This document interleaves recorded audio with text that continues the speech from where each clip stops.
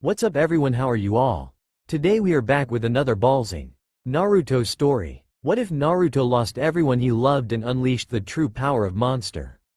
If you enjoy, then please like, share and do comments. And also check the description box to original creator of this beautiful creation. Looking down at his feet, all Kakashi could think was that the boy had never had a choice. Not since the day the Kyuubi was sealed inside him. Still, Naruto had never let it stop him. Instead, he'd used the power to save the ones he loved. Used it to save everyone. Everyone but himself. He killed them, Kakashi muttered. He killed them all. Actually, that wasn't quite true. One had managed to get away. The one had escaped. But somehow Kakashi was okay with that. He'd seen the end of the battle. Naruto had Itachi in his grasp. Staring down into those swirling eyes, he heard Naruto growl, "I won't take this away from him too. You're not mine to kill." Those were the last intelligible words he'd heard the boy say before Naruto lost his battle with the Kyuubi. Even in his last moments of sanity, Naruto's only concern was for Sasuke. As if reading his mind, the Hokage said, "Not all of them." He let Itachi get away. All Kakashi could do was nod his head. But still, the Akatsuki had gotten what it deserved. They'd tried to take the demon from Naruto, craving its power for themselves. But in the end, they'd underestimated the Kyuubi and paid the price. And so had Naruto. Suddenly, the whole room shook as Tsunade planted her fist into a nearby wall. Damn, there has to be something. His body's still alive. There has to be something of Naruto left in there.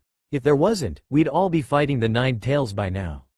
Kakashi stared down at the boy and wondered if Tsunade was right. Looking at him, it was difficult to see past both the damages and changes to the Naruto they'd all come to love so much. His physical wounds were horrendous and barely healed. The seal on his lower abdomen faded in and out in a never-ending parade of change. Unconscious and still fighting against the restraints, his fisted hands and clenched jaw barely hid the claws and fangs now extending from his body. While the elongated ears and whiskers were difficult to ignore. And Kakashi knew that if he were to raise Naruto's closed eyelids, it wouldn't be ocean blue orbs staring back at him, but fiery red ones brimming with hatred. But above all of that was the angry red chakra swirling around the boy's body, daring anyone to breach its barrier. Sakura's voice was small and pained as she asked, "What if he is still in there? What if Naruto's fighting it, all alone? If there's even the smallest chance? And, if we give him that chance? If we allow Naruto time and he loses, what then?" asked Tsunade. "What do you mean?" Tsunade looked down at Sakura with sad eyes. "I'm the Hokage. I have to think of the protection of this village. If Naruto can't win this time, if the Nine Tails is just as strong, can we afford to take that risk?" Sakura's eyes went wide in alarm. No, I know what you're thinking and you can't do that. I won't let you kill him. I won't." Tsunade felt her heart breaking all over again. She'd thought this boy would be different, that he was strong enough to withstand anything. "Sakura, I don't want to." "Then don't. It's not that simple," Kakashi answered. "I know that." Sakura snapped at her old teacher. "But think of all the times he's saved us. Naruto wouldn't give up on any of us, and I'm not giving up on him." And with that, she went to stand next to her friend. Ignoring the fearful chakra radiating from every pore of his being. Slowly, a smile spread across Tsunade's lips as she wondered why it always took the young to point out the obvious. Not even turning her head, Tsunade yelled for one of the Anbu guards standing nearby. "Get me Hyuga Neji," she demanded. Sakura turned and gave a questioning look towards the Hokage. "Neji? You're right, Sakura. Naruto wouldn't give up on us," Tsunade answered. "What are you thinking?" Kakashi asked. "Using the Byakugan, Neji can see chakra. I want him to use it to see if any of Naruto's chakra is left, or if it's all the Kyuubi's." Then, looking gravely at Sakura, she added, "If there's anything left of Naruto, I'll give him a chance. But, if all Neji sees is the Kyuubi's?" Sakura nodded her head numbly. "I understand." Soon, Neji Hyuga was standing in the room, appearing from seemingly nowhere, his blank eyes scanning Naruto's turbulent body. Tsunade's voice was hard and cold. "Neji, what you see and do here today is not to be spoken of. Do you understand?" "Yes, Lady Hokage." "Good. Now, tell me what you see." "I see what is, and isn't Uzumaki Naruto laying on the bed," Neji cryptically answered. Neji, we need to know if our Naruto is still in there, Tsunade answered. Nodding his head once, Neji made the seal with his hands and cried, Byakugan. Everyone waited while Neji stared at the boy. Inside, Neji was an unusual tempest of emotion. Naruto, someone he'd come to think of as a friend, was in serious trouble. He'd seen this chakra come from Naruto before, but never to this extent and with this much potential power. The sheer force of it was suffocating, so much so that he almost missed it. Almost missed the tiny hints of chakra fighting for life under all that pressure. And yes, fighting was the exact word needed to describe what he was seeing. Sighing deeply, Neji released the Byakugan and whispered, he's there, or, at least his chakra is. But, go on, Tsunade demanded. It's weak and fading. I'm not sure how much longer Naruto can keep fighting. The other chakra is just as strong. Sakura groaned, this isn't fair. He needs our help and we're powerless. His mind is where the battle is and that's the one place we can't go. In unison, both Kakashi and Tsunade looked at each other, similar thoughts running wildly through their heads. Could you do it? Tsunade asked Kakashi, a thread of hope weaving throughout her voice. Shaking his head, Kakashi could only answer, no, I've only got the one, and it's never been powerful enough to do what you're thinking. What? Sakura asked. That leaves only two who could do it, Tsunade said, completely ignoring Sakura. One, really, Kakashi answered. Two, one? What are you talking about? Sakura asked again. Tsunade felt her heart crash yet again. Zero, actually. He'd be more likely to try and kill him again, not save him. But he hasn't killed him yet, Kakashi answered. Humph, it hasn't been for lack of trying. Are you sure? Kakashi questioned. By now, Sakura was at her limit. Would someone tell me what's going on? Who are you talking about? Whoever it is, if they can save Naruto, then I'll make them do it. Kakashi's one eye opened a little wider, his eyebrows shooting up as he stared back at Tsunade. Actually, she may be the best one to send. I don't think he'd kill her right away. That way, at least he'd hear the message. But, how do we find him? Tsunade asked. Simple. By now he'll know of the battle and that Itachi was there. It will be his best lead. He won't be able to resist showing up, Kakashi answered. Itachi. The name slipped through Sakura's lips like a curse. Giving a curt nod of her head, Tsunade stared down at her pupil. You know who we're talking about now? Sakura nodded, feeling her limbs go cold and shaky. Sasuke. Yes, Sakura. Sasuke has the Sharingan and, I can only hope, that he's gained enough control of it to do what Naruto needs. He can get inside his mind, Sakura mumbled, more to herself than anyone else. That's right. But, Sakura was chewing on her bottom lip. He's tried to. At this Kakashi walked to Sakura's side. It's a risk we have to take. If we do nothing, we'll be forced to kill Naruto ourselves. I think it's worth a try. Fisting up her hands, Sakura's head shot up, her eyes full of determination as she asked, where was the battle? You'll go then? Tsunade asked. Of course. And then, looking back down at Naruto, she added, I'll bring him back. I don't know how, but I'll make Sasuke help. This time, I'll save you. Planting a friendly kiss on Naruto's burning forehead, she looked back at her teachers and said, now, tell me where I need to go. Gods, it had been one hell of a battle. Even after the Anbus had finished cleaning up the carnage, the damage to the landscape was still extensive. Releasing a hint of his chakra, Sasuke surveyed the area, unraveling the blood-soaked ground's mysteries. Itachi's chakra was all over the place, but whereas almost all of the others faded to an end, a thin trail of Itachi's could be felt heading off to the northeast. Survived again, Sasuke thought with a smirk, before adding, good, to the thought. Now that he had Itachi's chakra mapped out, Sasuke allowed the overwhelming fiery hum of the dominant one to invade his senses as he breathed, Naruto, into the empty air. Yes, that was most definitely the Kyuubi's chakra. But, something was different. No, not different, wrong. If the Kyuubi was here, then that meant Naruto's own chakra should also be present, and, in a way, it was, but very diminished. Too diminished. And now, as he continued to allow others' chakra to roll through his senses, Sasuke picked up on something new. Something he hadn't tasted in over 3 years. And it wasn't old and fading, it was fresh and bright. Sakura, you can come out now, Sasuke smirked. From the edge of a small patch of trees, Sakura took a few tentative steps towards the boy she thought she'd always love. Uchiha Sasuke. Neither said a word as Sakura came to a stop in front of him, both taking in each other's appearance. Of course, Sasuke remained the most undeniably handsome person Sakura had ever seen. His jet black hair was still spiked up in the back, and he was both tall and lean, not an inch of fat flaunting his pale body. The white shirt he wore was open to the navel and the breeze tugged gently at its edges. But the eyes had only hardened into an empty blackness. Yes, Uchiha Sasuke was gorgeous, but as Sakura stood there, she felt none of the feelings she once had. Her crush had long since vanished and all she could do was pity the person Sasuke had turned into. To Sasuke, Sakura looked much the same. Her pink spiky hair had grown out a little, but she only appeared to be a more grown-up version of the girl he remembered. But one thing had definitely changed, her eyes. Sakura no longer had that love-struck gleam he'd come to hate so much. Instead, she looked purposeful and unafraid as she boldly stared into his treacherous black orbs. Not being the one to normally start conversations, Sasuke waited for Sakura to say something, anything. But all she did was stare and he had other things to do.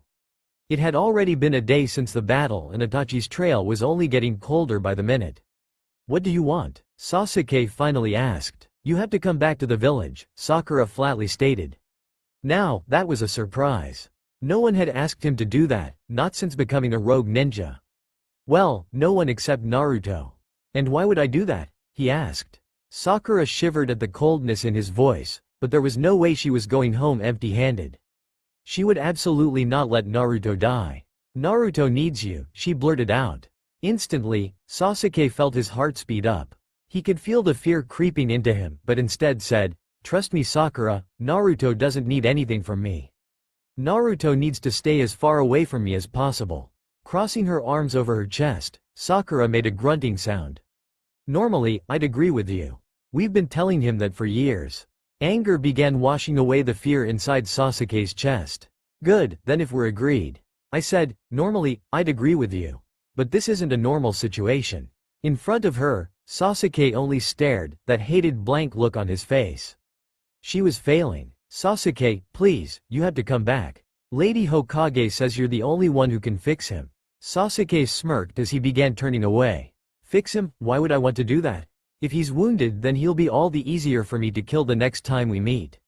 Sakura stared at Sasuke's back, completely appalled by what he'd just said. You can't mean that." "Oh, I mean every word." Sakura felt hated tears building in her eyes. "What happened to you? How can you hate someone who loves you so much? Loves you enough to let your crazy brother live so you can be the one to have the satisfaction of killing him?" Sasuke wondered how Itachi had managed to survive, and now he knew. "Naruto let him go?" "Yes. He said he wouldn't take that away from you." Still looking away from Sakura, Sasuke's eyes narrowed into tiny slits. Why couldn't Naruto just forget about him? Why did he still care after everything he'd done? And, more to the point, why did Sasuke still care? Why did Sakura's next words rip his heart into 1,000 tiny pieces? "He's dying." Suddenly, the air was torn from Sasuke's body, the weight of Sakura's words crushing into his chest. "Naruto can't die," Sasuke mumbled. "The Kyuubi would never allow it. The Kyuubi's the reason for it," Sakura tried to explain. This last battle, Naruto knew he couldn't let the Akatsuki get their hands on the fox, so he gave the demon enough power to kill them, and now Sasuke finished for her, it won't let go. "No. But, he's still in there. Sasuke, Naruto is still fighting that thing," in his mind. We can't do anything to help him and he's losing. Neji can barely make out any of his chakra. He's had to do so many things alone. Had to fight everyone to get where he is, and now, he's alone again. I won't just stand by and do nothing. I can't." Sasuke listened in silence. Although she hadn't come out and said why Naruto needed him, he could guess that it had to do with the Sharingan, but would he really be able to do what they wanted?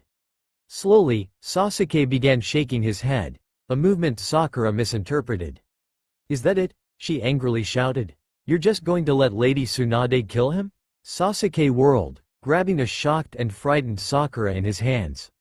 "What did you say?" Sakura frantically searched through her scared brain, trying to figure out what she'd finally said to get such a reaction, but in the end, all she could do was stare, eyes wide. "I thought you said he was dying." Why would Tsunade kill him? Sasuke finally asked. She can't take the risk. Risk? She can't let the Nine-Tails W win. It would destroy everything in its path. And Neji's keeping watch. As soon as Naruto's chakra is gone, she's going to kill him, Sakura managed to stutter out. Rage poured through Sasuke's body. Naruto's life was his. If someone was going to kill Naruto, it would be him. No one else had the right. Without another word, Sasuke let Sakura go, running as fast as he could towards the village he'd vowed never to enter again, leaving any thoughts of revenge on his brother laying in the ravaged field behind him. Neji sat, continuing his vigil. But he was no longer alone. Not long after Sakura left, Neji asked Lady Hokage if Hinata could also be allowed to monitor Naruto. It wasn't that Neji was unsure of his abilities. Well, it wasn't exactly that. But for this, there could be no error. Naruto's life would end by a single word from Neji's mouth, and that was something he had to be sure of. And so, Neji now found himself with his cousin's small hand wrapped tightly in his own as they both witnessed Naruto's internal struggle, completely helpless to do anything but watch. Frustrated, for the first time, Neji cursed the limitations of his Byakugan. Perhaps feeling his despair, Neji felt Hinata's hand grip his own a little tighter. On more than one occasion, Neji had been on the verge of saying the words that would end his friend's life. When there was only a small wisp of Naruto's chakra emanating from his battered body, but then the wisp would turn into something stronger and start the battle all over again. Naruto's will was one of the few things Neji held in awe. Still, he didn't know how much longer Naruto would be able to hold out. Sasuke, that bastard, having to rely on him, of all people. Never had Neji thought he'd be hoping to see that traitor again. Not like he really expected him to come. The chances of Sakura's success were, at best, slim. A few years ago, he'd have given up. He'd have said those words sooner, ending Naruto's misery. But just like so many others, Naruto had changed Neji. He would no longer leave his friend's existence up to fate, but would try and have faith in Naruto. As long as he kept fighting, the least Neji could do was give him the chance to win. The woman willing to take Naruto's life looked deceptively young, with long blonde hair pulled back into two low-hanging pigtails. Sitting behind the Hokage's desk, her hands forming a triangle in front of her face as she coldly stared up at him. Behind her, stoic and silent, stood his former teacher, Kakashi. "Sasuke, I'm surprised you came," the Hokage finally said. Sasuke had only one thing to say: "Where is Naruto?" Tsunade raised her eyebrows. "Are you in that big of a hurry to kill him?" she asked. If it were possible, Sasuke's eyes grew even blacker. "And if I am? Then I guess you'll have to stand in line, behind me." That dark rage began building once again. Naruto was his and his alone. No one else should be allowed to touch him, let alone. "What makes you think I'll let you kill him?" Sasuke asked, his voice devoid of any emotion. "What makes you think you have a choice?" "Lady Tsunade?" Kakashi asked, questioning why she was talking this way when he knew it would devastate her to end Naruto's life. But Tsunade held up a hand for Kakashi to be quiet, effectively silencing everyone in the room. Finally leaning back in her chair, the Hokage let out a loud sigh as she cut through the debilitating tension. "I needed to know." "Know what?" Sakura nervously asked. At this, Tsunade's glare settled heavily back on Sasuke. "I needed to know if he was simply here to take advantage of Naruto's debilitated condition." "Killing Naruto now would be empty," Sasuke answered. "But, if you can get him back to the way he was, then it might be a little more worth your while?" "Is that it? And if it is?" Again, all Tsunade could do was sigh before answering. "Just get him back, Sasuke. Whatever it takes, get him back. We'll deal with the rest later." Sasuke's black eyes moved from the Hokage to Kakashi and then to Sakura. To be certain, there were a few Anbu at the ready, but someone of his threat level, the security was more than lax. Who knows of Naruto's condition? Rising from behind the desk, Tsunade began walking towards the door, everyone else in the room following her as she led Sasuke to Naruto's room. To answer your question, as few as possible and only those who can be trusted. Despite Naruto's efforts, there are still several people in this village who fear him, and I won't do anything to feed into that fear. Inwardly, Sasuke felt his hatred for the Leaf Village flare to life once again. "Idiots," was all Sasuke could think to say as they reached the guarded door leading to his best and only friend. "Neji, Hinata, how is he?" Sakura asked, the hope in her voice palpable. He's still. And Naruto is still there, Hinata stammered. But Neji only glared with all the hatred he harbored for Sasuke as he calmly stated, I see you came. But Sasuke barely heard the words as he stared at Naruto's twisted figure, the powerful chakra of the demon nearly stealing his breath away as he approached the boy. Ignoring everyone in the room, Sasuke reached out a hand, gently rubbing his fingers down the side of Naruto's face, finishing by tucking a golden blonde strand of hair behind a pointed ear. Gods, Sasuke thought, his skin is on fire. Naruto, Sasuke managed to choke out before remembering he wasn't alone in the room.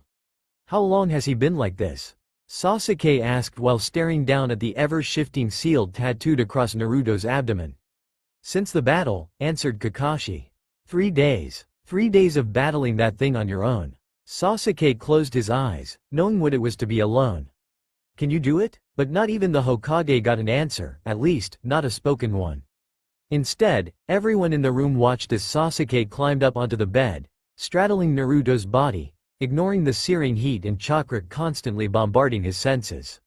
Reaching forward, Sasuke placed his thumb and forefinger on either side of Naruto's eyelids.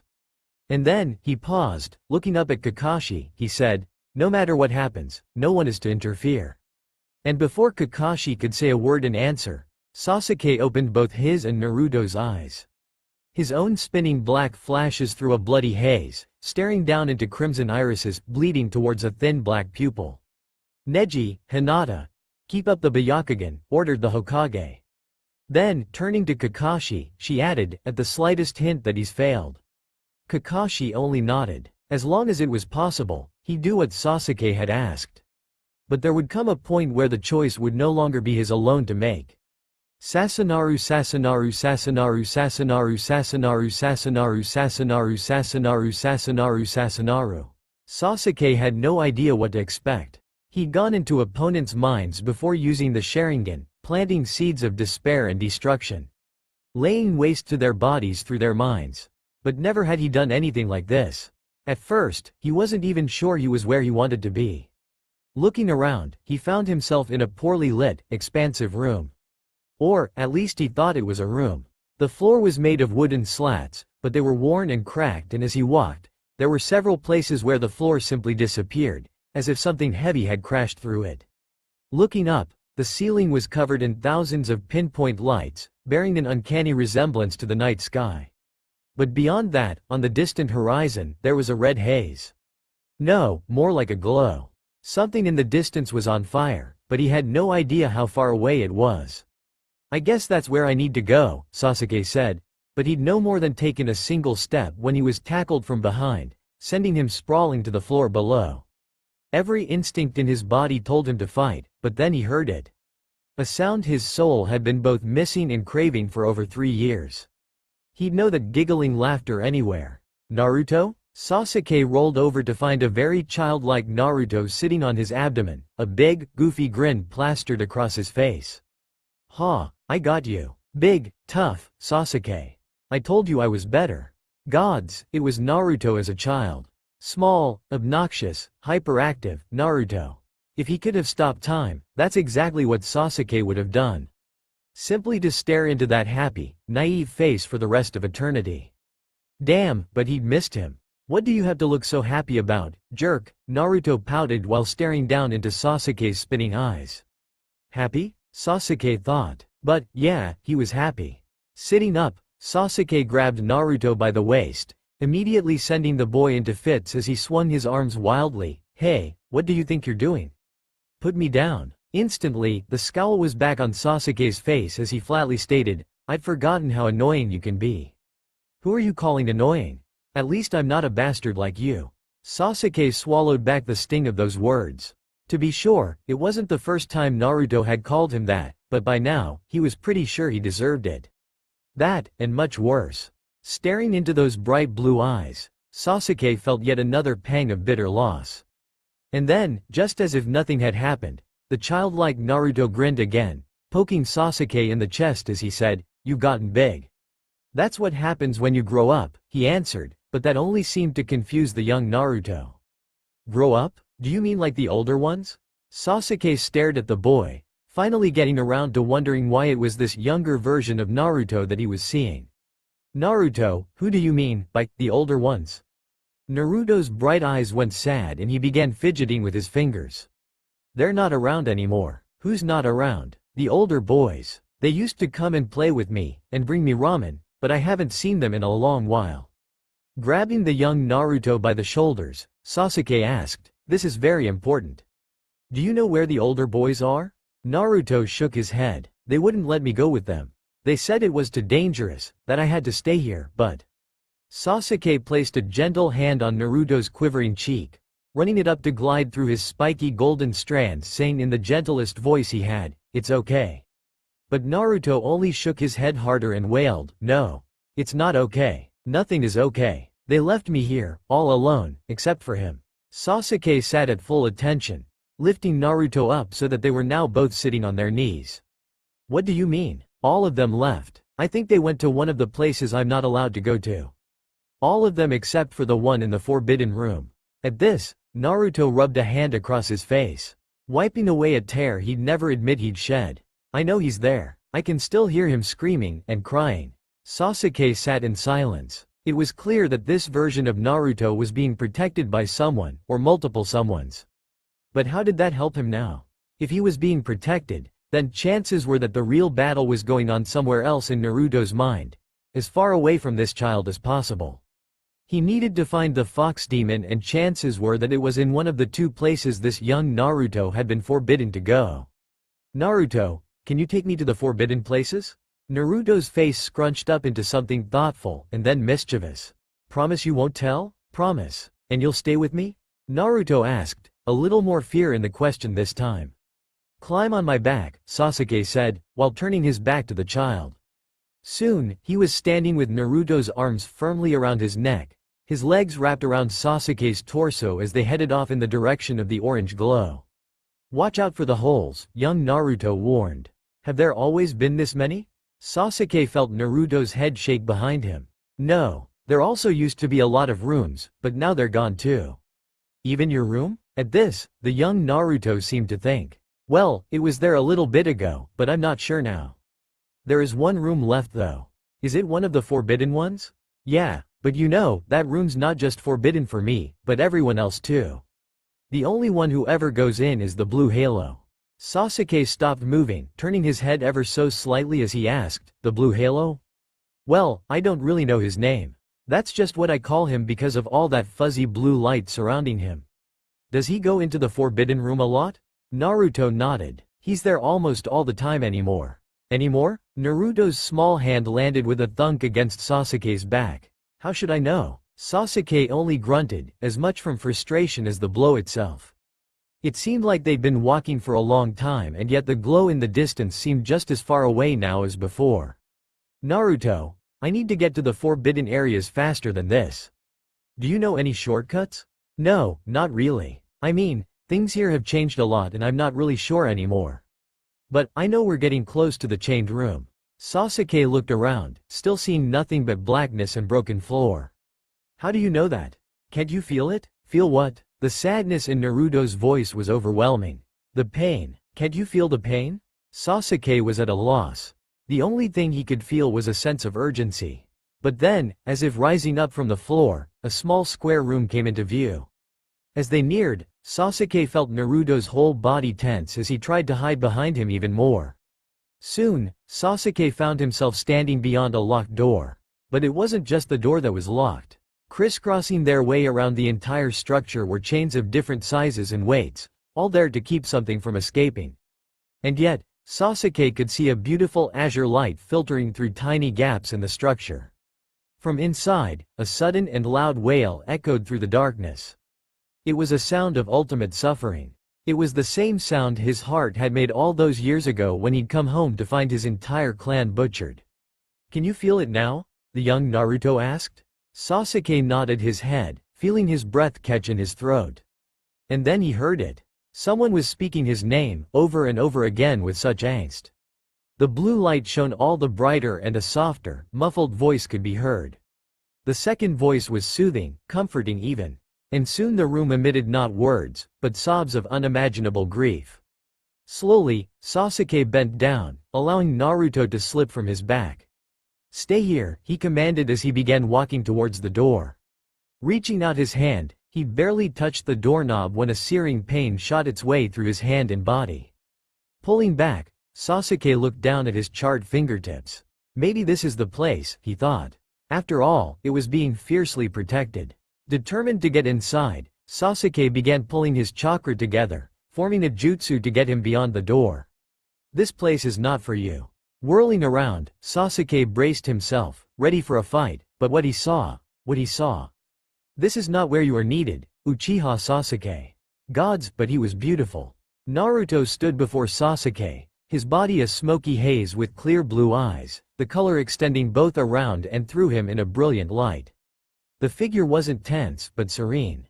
In all the years he'd known Naruto, he'd never seen the boy look so at peace. Standing from his crouched position, Sasuke stared into those painfully beautiful eyes and asked, "Are you the real Naruto?" The smoky lips curled up into a faint smile. "We are all the real Naruto. I am but another part." Beside this new Naruto, the childlike one stood, bathed in a wondrous blue hue. "Sasuke, you are needed elsewhere." Sasuke nodded, but then turned to look at the chained room. "My name," someone was calling my name, and, weeping. The peaceful look left Naruto's face, replaced by one of sadness. "He is not your concern, but mine. Please. There is little time left. You are needed elsewhere. You keep saying that, and I keep trying to get there, but no matter how far I walk, I can't seem to get any closer. The Nine Tails is tricky. Most likely you've been walking in circles." Sasuke's rage fueled to the surface once again. "Then how'd I get there?" "I will take you," the wispy Naruto replied and then looked down to the smaller, more solid version of himself. "You must stay here, little one." But just as the words left his mouth, a large boom echoed through the darkness and the chained room appeared as if it might be torn apart from the fury within. Looking on at the room with fear, the small Naruto shook as the misty blue one bent down to give him a reassuring hug. "You do not need to worry, he can't get out and I will be back soon." "But I want to go with you," Naruto whined. "No, you are far too precious to risk losing. You will stay here and be safe." With a final pat to his head, the smoky Naruto reached out a hand to Sasuke, wrapping his ethereal fingers around Sasuke's more solid ones. Instantly, a warmth began spreading through Sasuke's body. "We need to hurry, time is running out." And, just like that, Sasuke found himself standing not in front of the chained and bound room, but on a steep hill overlooking a deep canyon ablaze in a fiery inferno. To one corner, tucked into solid rock, stood iron bars starting from the very deepest part of the canyon and extending up to the top of the cliff. Running around and along the metal bars, Sasuke could make out several orange-clad figures, leaping to and fro in what appeared to be a never-ending task. Puzzled, Sasuke asked, "What are they?" But the words were cut short by an ear-piercing screech as a bright red tail shot from a break in one of the bars, aiming directly at one of the orange figures who dodged to the left just in time to avoid being skewered. And then, as Sasuke watched him get up, he noticed all the other orange bodies strewn across the valley below. Evidently they hadn't been as lucky. Sasuke's chest was moving in and out quickly as he continued to watch the scene below. From his side, Naruto said, "There aren't many of us left, only the most tenacious of us have been able to hold out against the Kyuubi." Feeling his breath coming more steadily, Sasuke pointed to the field below, noting how much it looked like his friend's multi-shadow clone jutsu. "All of them are Naruto, aren't they?" "Yes. Those still standing along with the fallen are what makes us who we are. Our determination, optimism, silliness, unfailing friendship, the list goes on and on. All of them are fighting to keep the demon caged, but in the end, they aren't enough. Our strength is waning and soon even those few you still see standing will fall." "It's because of the seal, isn't it?" Sasuke asked. "Yes. The Akatsuki tried to break it, but we knew we could never let them have the Kyuubi's power, so we released more than we knew would be safe.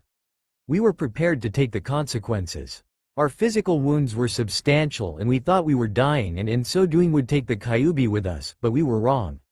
The demon used just enough of its chakra to keep our body alive while it tried to fully escape. My brother, Itachi. Yes, he was the one who broke it." Closing his eyes, Sasuke felt his hatred burn anew. How could one person cause so much pain and destruction and still be allowed to draw breath? Suddenly, Sasuke felt a warmth spreading up through the hand holding onto the hazy Naruto. Sasuke, your hatred for your brother will not help us. You must bury that emotion deep inside if we are to be saved. Sasuke felt the tears burning the backs of his eyes and wondered if this Naruto knew how impossible of a task he was asking. Pain and hatred had been his fuel for years and they had given him power beyond what he could have attained otherwise. With eyes narrowed, Sasuke looked at the fading blue haze beside him and said, "Why don't you release what's in that chained room? We both know it's powerful." But Naruto only shook his head, creating a blue streak. "No, Sasuke, what's in that room can never be released.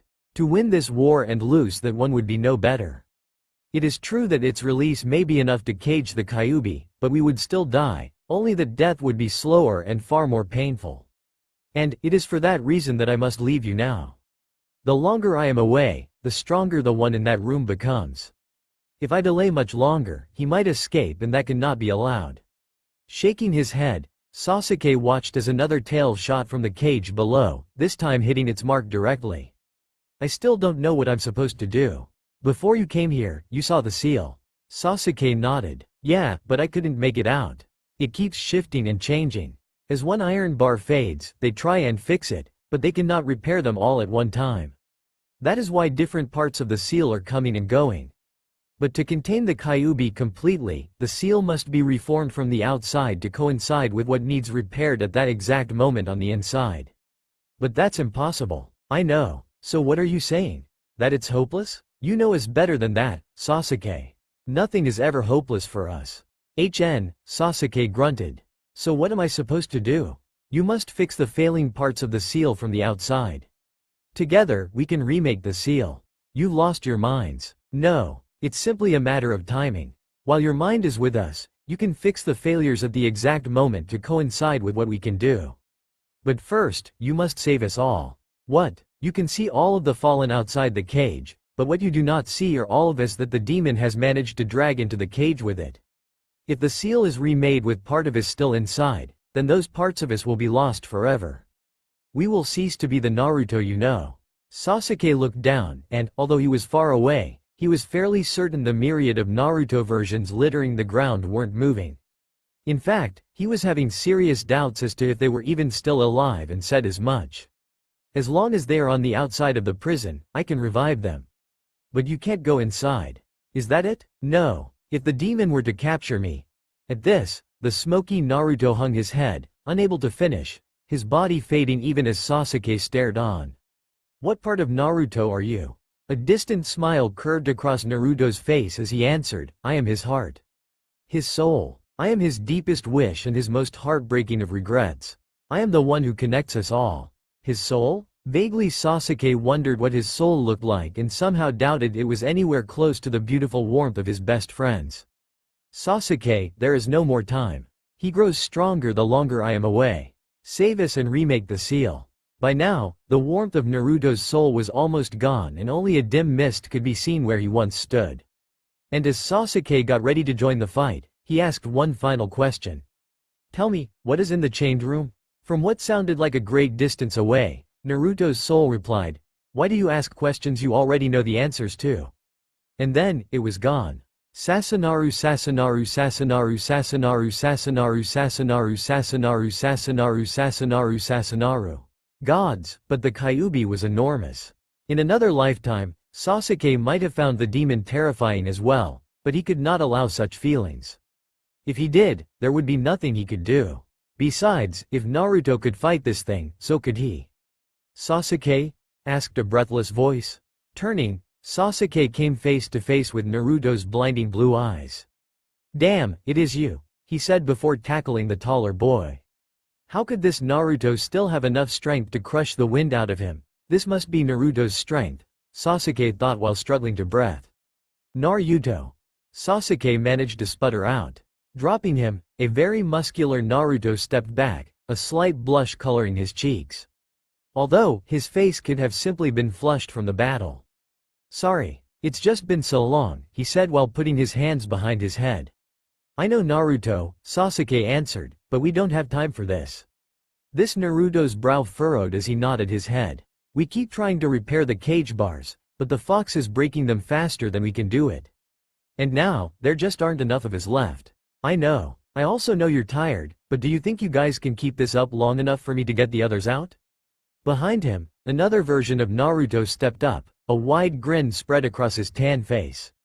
Is that a challenge? Inwardly, Sasuke smiled. No, he couldn't let a single aspect of Naruto's personality perish. Sure, Naruto could be obnoxious, loud, and downright stupid, but without those things, well, Naruto just wouldn't be Naruto. Of course it is, he finally answered. Then, in harmony, all the remaining Narutos answered, consider it done. And without another word, they all jumped at the cage, running and dodging as they used what chakra they had left to repair the damage the Kyuubi continued to inflict. Now, it's my turn, Sasuke thought as the leapt through a break in the cage. Inside, laying broken and unconscious, were several figures with sunny golden hair clad in orange. Grabbing the closest one, Sasuke just managed to dodge a red tail as the fox demon attempted to keep its prey. But he was faster and managed to safely get this Naruto version on the other side, laying him as gently as he could on the rocky earth. Again and again, Sasuke went back into the Kyuubi's prison, only to return with yet another incarnation of Naruto's personality. He did this until the only inhabitant remaining within the prison was the demon itself. Panting and tired, Sasuke yelled to the remaining Narutos, only to find that their numbers had diminished even further. Is that all of you? Yeah, I think you've got us, one of them said. Good. Now, Uchiha, something horrible hissed. Looking towards the voice, Sasuke found himself staring into two enormous, red orbs of fire. Uchiha, what do you think you're doing? A shiver ran down his back at the pure malice in the demon's voice. And Itachi thought he could control that? Shaking off the thought of his brother, Sasuke stood to his full height as the demon continued to bore a hole through his very soul. Uchiha, you are being very foolish. Sasuke muttered in disgust. How so? Trying to save your little friend. How can you save him when you can't even save yourself? Sasuke continued to stare, feeling the doubt filling his mind. It was true that the demon was trying to trick him, but its words also sang true. Not only that, but exactly how was he supposed to remake the seal?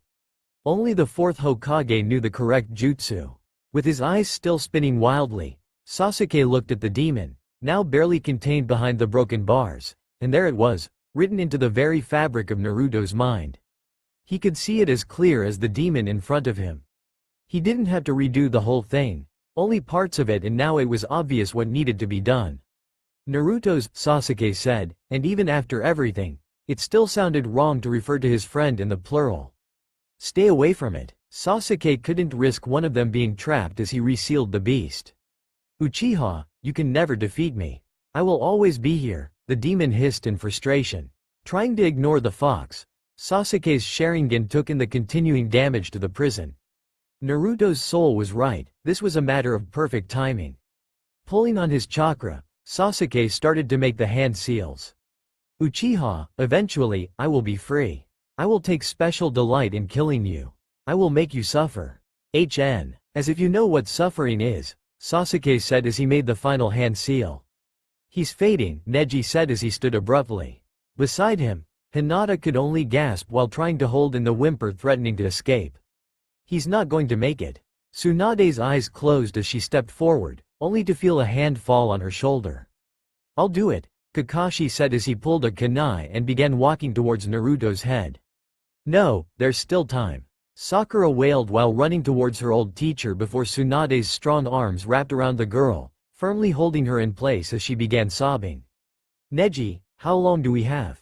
Neji shook his head. Not long. Feeling as if his arm were made of lead, Kakashi pulled the kunai up, laying it gently across Naruto's neck.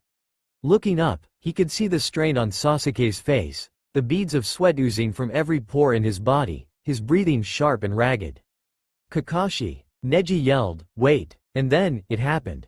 Muttering some type of jutsu none of them understood, Sasuke raised his right arm, still keeping one of Naruto's eyes open with his left as he concentrated his chakra into his fingertips, slamming his hand into Naruto's lower abdomen as he finished the words that would finally repair the seal.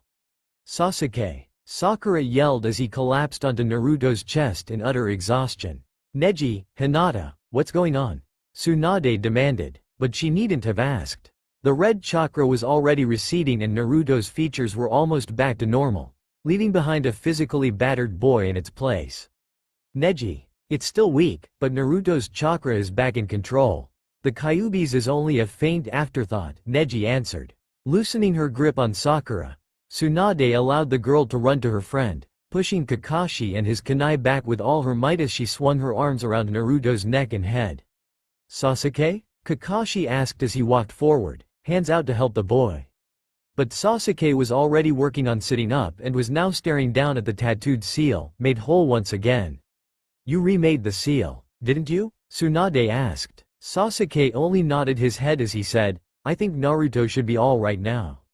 Lifting a leg up, Sasuke attempted to slide off of Naruto's body, but he'd used up too much chakra and would have fallen to the floor if not for Kakashi's hand catching his shoulder. You've used up too much power. You need to rest. But Sasuke only glared at Kakashi's other hand, the one holding the kunai. You were going to kill him, weren't you? Yes, I would have done what was necessary. Grabbing a hold of the table Naruto was laid upon, Sasuke pulled himself upright, pulling out of Kakashi's grasp as he continued to glare at the man. I thought I made it clear earlier. Naruto is mine. Everyone in the room went silent, unsure what to say. And then, from the bed came a weak, whispered voice, Sasuke. As a single tear fell from a still closed eyelid. Sakura's suddenly light heart collapsed once again at the anguish in his voice. Oh Naruto, she softly whispered. Kakashi watched the glare falter from Sasuke's face, only to be replaced by the indifferent mask he wore so well. But for an instant, just an instant, Kakashi could have sworn he saw a glimpse of grief filter across those black eyes. Sighing deeply, Tsunade interrupted the silence. Kakashi's right, you've used up too much chakra, Sasuke. I can't let you out into the village, but you can stay at my house as long as we keep you hidden. Sasuke smirked. Aren't you going to try and hold me? I am a rouge ninja of the leaf.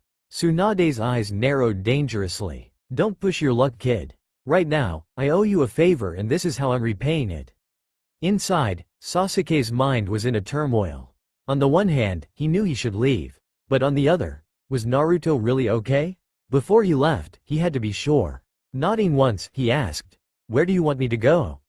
Kakashi, take care of it, Tsunade ordered. Learning from his past mistake, Kakashi offered no help but simply said, follow me, and left with Sasuke shakily walking behind him. Sasanaru Sasanaru Sasanaru Sasanaru Sasanaru Sasanaru Sasanaru Sasanaru Sasanaru Sasanaru. Lady Tsunade found herself standing over Naruto's pale, but breathing body, fighting back the tears that threatened to fall. Raising a hand, she lightly fingered the necklace she'd given him all those years ago. You idiot, don't ever scare me like that again, she said while placing her other hand on his forehead. Then, straightening, she added, Sakura, keep watch over him until I can get someone I trust to relieve you. I'm okay. I don't want to leave, she protested. Sakura, this is not a request. You're almost as exhausted as Uchiha.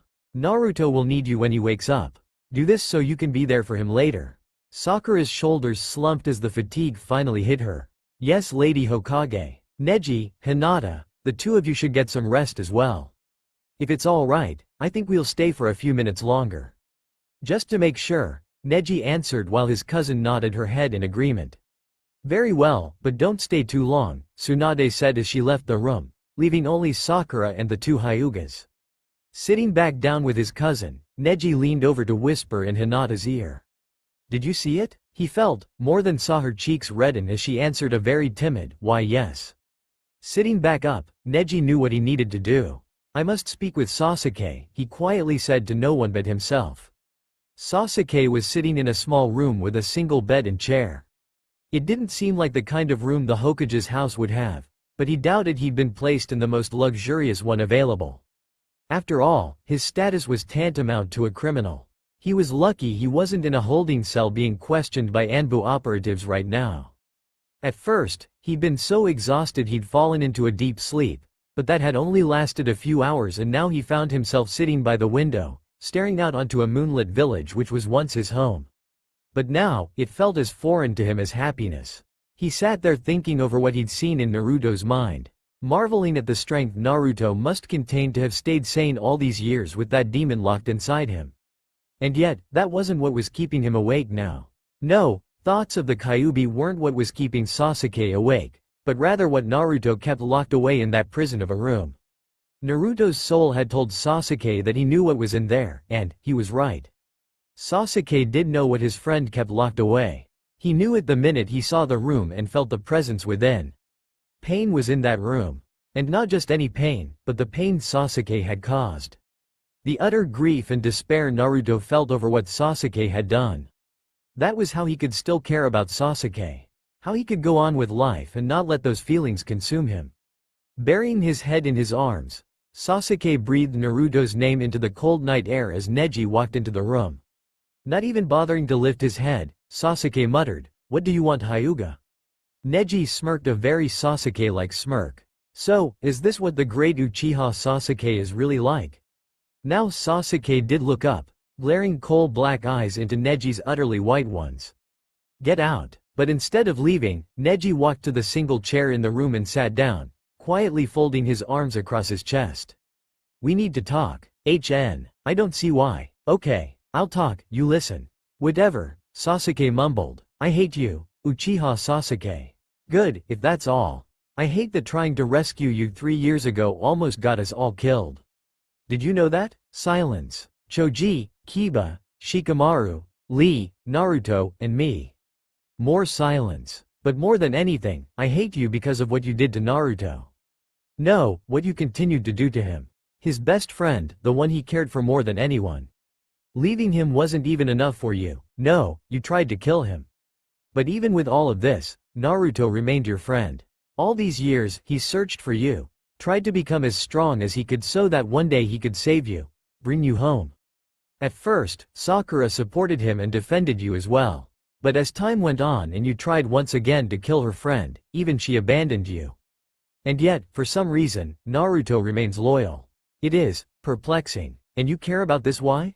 Sasuke asked, his voice icy cold. "Several years ago, Naruto saved me. In my defeat, I was reborn. He allowed me to live a life I thought was closed to me. I owe Naruto more than I can ever repay, but tonight, I'm going to try and at least make a dent in that debt." Sasuke only continued to glare. "As I see it, you have a second chance. You have the opportunity to correct the mistake you made 3 years ago. And what mistake would that be? You chose to leave. You sacrificed not 1 life, but 2 with that decision. You think you've grown stronger, gained more power from your decision, and in truth, I can't argue with that. But, alone, you can only grow so strong. At some point, the power level's off and you're stagnant. Years ago, you abandoned your greatest strength." Sasuke turned his glare from Neji to the floor. "Naruto isn't my greatest strength. He's my greatest weakness." Neji sighed. "I suppose that is a matter of perspective, but from where I am sitting, you couldn't be more wrong." Standing up, Neji turned from Sasuke. He still had one more person to speak with tonight before he could rest. "Sasuke, you keep saying that Naruto is yours. If that is true, you should take better care of your possessions. This time, choose a different path." And with that, Neji left Sasuke feeling more tired than when he'd left Naruto's room. Sasanaru Sasanaru Sasanaru Sasanaru Sasanaru Sasanaru Sasanaru Sasanaru Sasanaru Sasanaru Sasu. "You want me to do what?" Neji could almost see the steam coming out of the Hokage's ears. "Sasuke should be allowed to stay in the village," he calmly said again. Tsunade's eyes narrowed as she leaned on a fisted hand firmly embedded on her desk. "Why would you want me to do that? You hate him. Don't deny it." "I'm not." "Then why on earth would you say something like that?" "Because, it's the best thing for both this village and Naruto." Tsunade practically fell into her chair as sarcasm ripped through her voice. "Oh, I can't wait to hear the reasoning behind this." Taking a deep breath, Neji tried to ignore his Hokage's flippant attitude and asked, "What happens the next time?" Tsunade stared, feigning confusion. "The next time? You don't really think this is going to be a one-time affair, do you?" A sick feeling began filling Tsunade's belly. Of course she had thought about this, but the fact that Neji had also. "Go on. We both know Naruto will stop at nothing to protect this village and anyone else he deems worthy." There is bound to be a time, in the future, where the only way he can see to do that is to let the Kyuubi have more power. Eventually, the demon will figure out a way to take advantage of that and we will be in this same situation, or worse. And, when that time comes, what if we can't find Uchiha, or what if Itachi's managed to kill him and the Sharingan is lost forever? Damn, when had the Hyuga kid gotten so smart, Tsunade thought. It isn't as simple as that, she said while shaking her head. He's tried to kill him, Neji. And not only one time. I know Sasuke saved him tonight, but who's to say he won't turn on Naruto? I can't risk his life. Nor will I risk putting Naruto through that kind of pain again. He won't try and kill him, Neji said factually. What? How can you be so sure? At first, I wasn't sure, but Hinata said she saw it too. Saw what? While Sasuke was in Naruto's mind, there were fluctuations in his chakra. Fluctuations? Both Hinata and I are able to see changes in chakra, not only in strength but character. Generally, Sasuke's chakra is black. As black as his eyes. But while interacting with Naruto, it changed. We both saw the wisps of brilliant white at its core. Okay, but what does that mean? At this, Neji shuffled his feet, pulling his hands into small fists at his side. For some reason, he found what he had to say next, uncomfortable. Love. Tsunade's eyes opened wide. Love? Neji nodded his head. Yes, that's why Sasuke's so possessive. He loves Naruto. When you say love, Neji felt his cheeks color. Yes, that's what I mean. He's in love with Naruto. Coughing into her hand, at first, Tsunade thought Neji must be joking with her. But then again, Hyuga Neji wasn't known for his sense of humor. You're serious about this, aren't you? Yes. Does he know it? You mean, does Sasuke understand that he's in love with Naruto? Neji thought about it for a minute before he answered, yes. I believe he does. And Naruto? Could you tell from his chakra?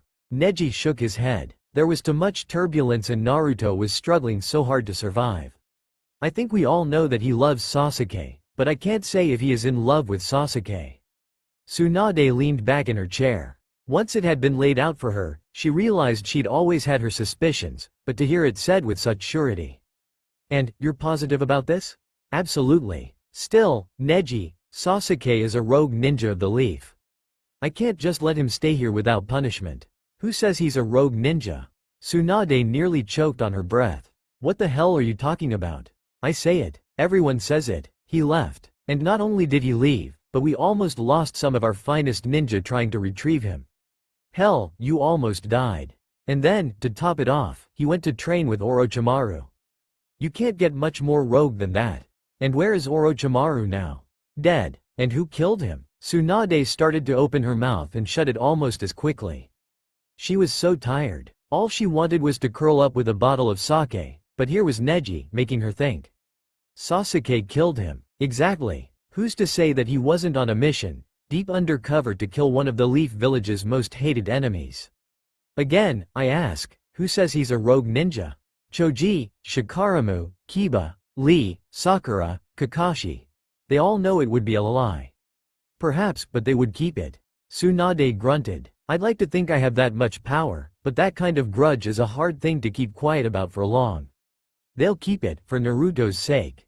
Tsunade set her elbows on the desk, folding her hands in front of her face as she thought over Neji's words. It was tempting. If those two could work out their differences, the power they'd be able to wield together would be something legends were made of. No one would have a chance against the team of Uchiha Sasuke and Uzumaki Naruto. But even if she could convince everyone that Sasuke had simply been on a mission all these years, would he really accept her offer to stay in the village? Could she really trust him?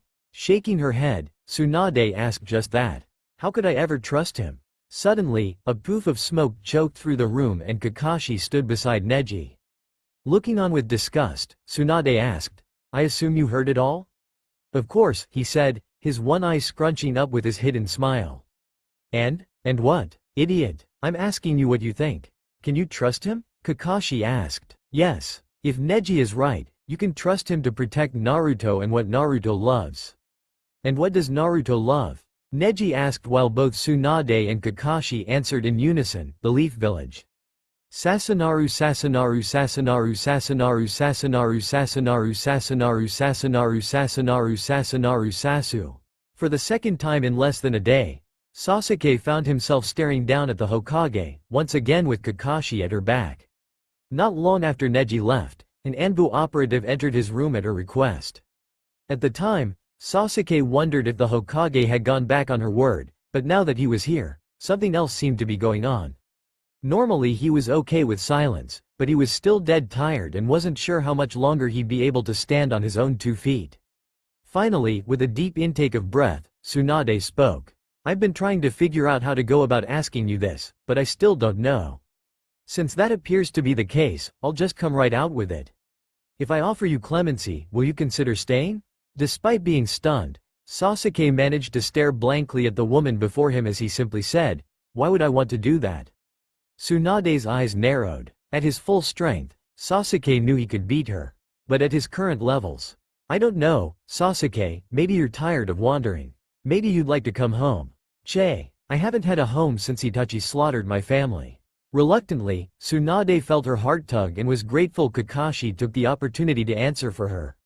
Sometimes, home isn't a place but a person. Instantly, Sasuke's head shot up, giving Kakashi a glimpse of what Neji had been talking about. But no sooner had he seen it than Sasuke covered the emotion with emptiness.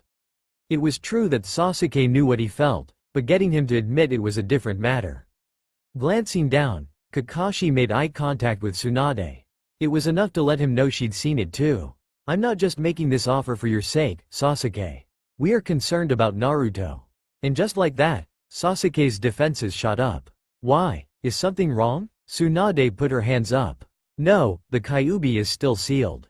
Naruto's very weak, but we expect him to recover, this time. What do you mean, this time? Even though you've been away for several years, you still know Naruto better than anyone. Do you think this is the last time? Do you doubt for 1 second that if he believes releasing more of the Kyuubi's power is the only way to save what he's protecting that he'll hesitate? He'll sacrifice himself without a second's thought. Sasuke stared on, horrified by the Hokage's words, knowing she was right. There's also the issue of your brother. Sasuke's eyes flared and grew dark. Naruto left him alive. Do you really think he's going to give up on trying to forcibly take the Kyuubi? What do you want me to say? Sasuke asked. Tsunade sighed. I want you to say that you'll stay. For the first time in your life, I want you to choose a path that leads to happiness and not only revenge.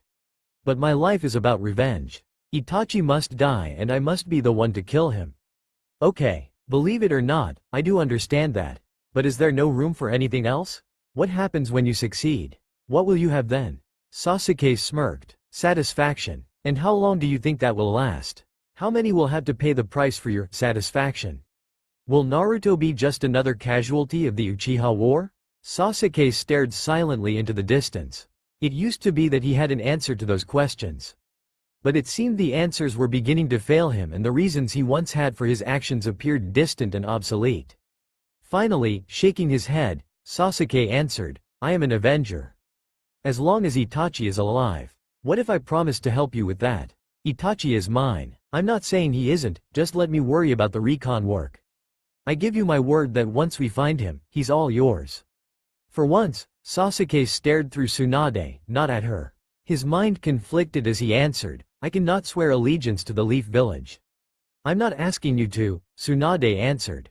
I don't understand. How could you trust me to live here if I care nothing for what happens to this town? Tsunade bristled, but kept her mind on task. I'm not asking you to promise to protect the Leaf Village. What I am asking is that you promise to protect Naruto. The blank mask broke for an instant. Protect Naruto? After what I've done? All the times I've tried to end his life? Why would you trust me with that? Once again, it was time for Kakashi to step in. It's true, you have tried to kill him, but somehow, Naruto is still alive. It used to puzzle me. In strength and power, the two of you are equals. But I've always known that there is no way Naruto could ever kill you. And so, it would seem that you had a distinct advantage over your opponent, and yet. Here we are. Once again, Sasuke had no answer. Kakashi was right. He was never able to go through with it. Living in a world without Naruto was simply unacceptable. Thoughts began swirling around Sasuke's head. Was he really considering this? To be with Naruto, to never have to leave him again. The thought was almost painful.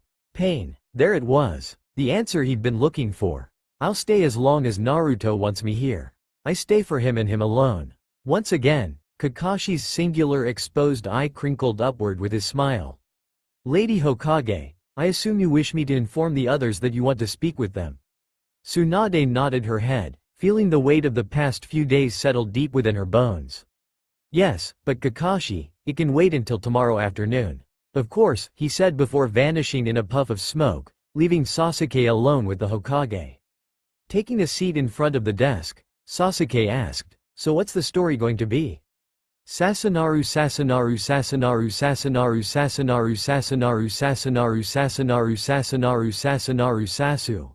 Hey Shika, do you know why we've been summoned? Choji asked as potato chip crumbs began littering the ground. Stuffing his hands in his pockets, Shikimaru answered, no idea. Then sighing, he added, it's such a drag. Good afternoon my young friends. Came Lee's bounding voice, along with his still shockingly green jumpsuit. I hope this will not take long. I have promised Guy-sensei that I will do 100 laps around the village, running backwards before the day is through. But Lee, that means you'll be too tired to come over for dinner tonight, Sakura piped in, the purple circles under her eyes almost matching her pink hair. With eyes as big as saucers, Lee ran to the young woman he loved. I will never be too tired to spend time with my Sakura-chan. Blushing slightly, Sakura swung her fist, hitting Lee harder than he'd ever admit as she mumbled something about him having too much energy for his own good. Suddenly, from beside Lee's shoulder, Neji popped up and said, where's Kiba? Yo, came a voice from down the hall, along with Akamaru's barking. So, what's the story? Kiba asked, but no sooner had the words escaped his mouth than the Hokage's door opened and a tired, but stern voice yelled, get in here and shut the hell up. In the Hokage's office, Sasuke's here? Kiba asked, a low growl in his voice. The Hokage only nodded her head. And he's not laying somewhere, bleeding to death? He's not even in custody? No Kiba, he's not, she answered as calmly as possible. Why the hell not? Slamming her fist into the table, Tsunade looked up with angry eyes. Because I say he's not, and that is good enough reason for you. Che, Kiba answered before turning to stare at a wall. Lady Hokage, while it is not my place to question your actions, I must say that, to some extent, I agree with Kiba, Lee chimed. Taking a deep breath, Tsunade dove in head first. For killing Orochimaru, Uchiha Sasuke is to be given clemency. As far as everyone in the village is concerned, that was his mission all along. Silence. Did you hear me? What the fuck? Kiba growled while Choji whispered, Shika, his unusual rage barely contained. Shikamaru looked at his friend, mirroring his disgust. So, the Sharingan is that important, is it?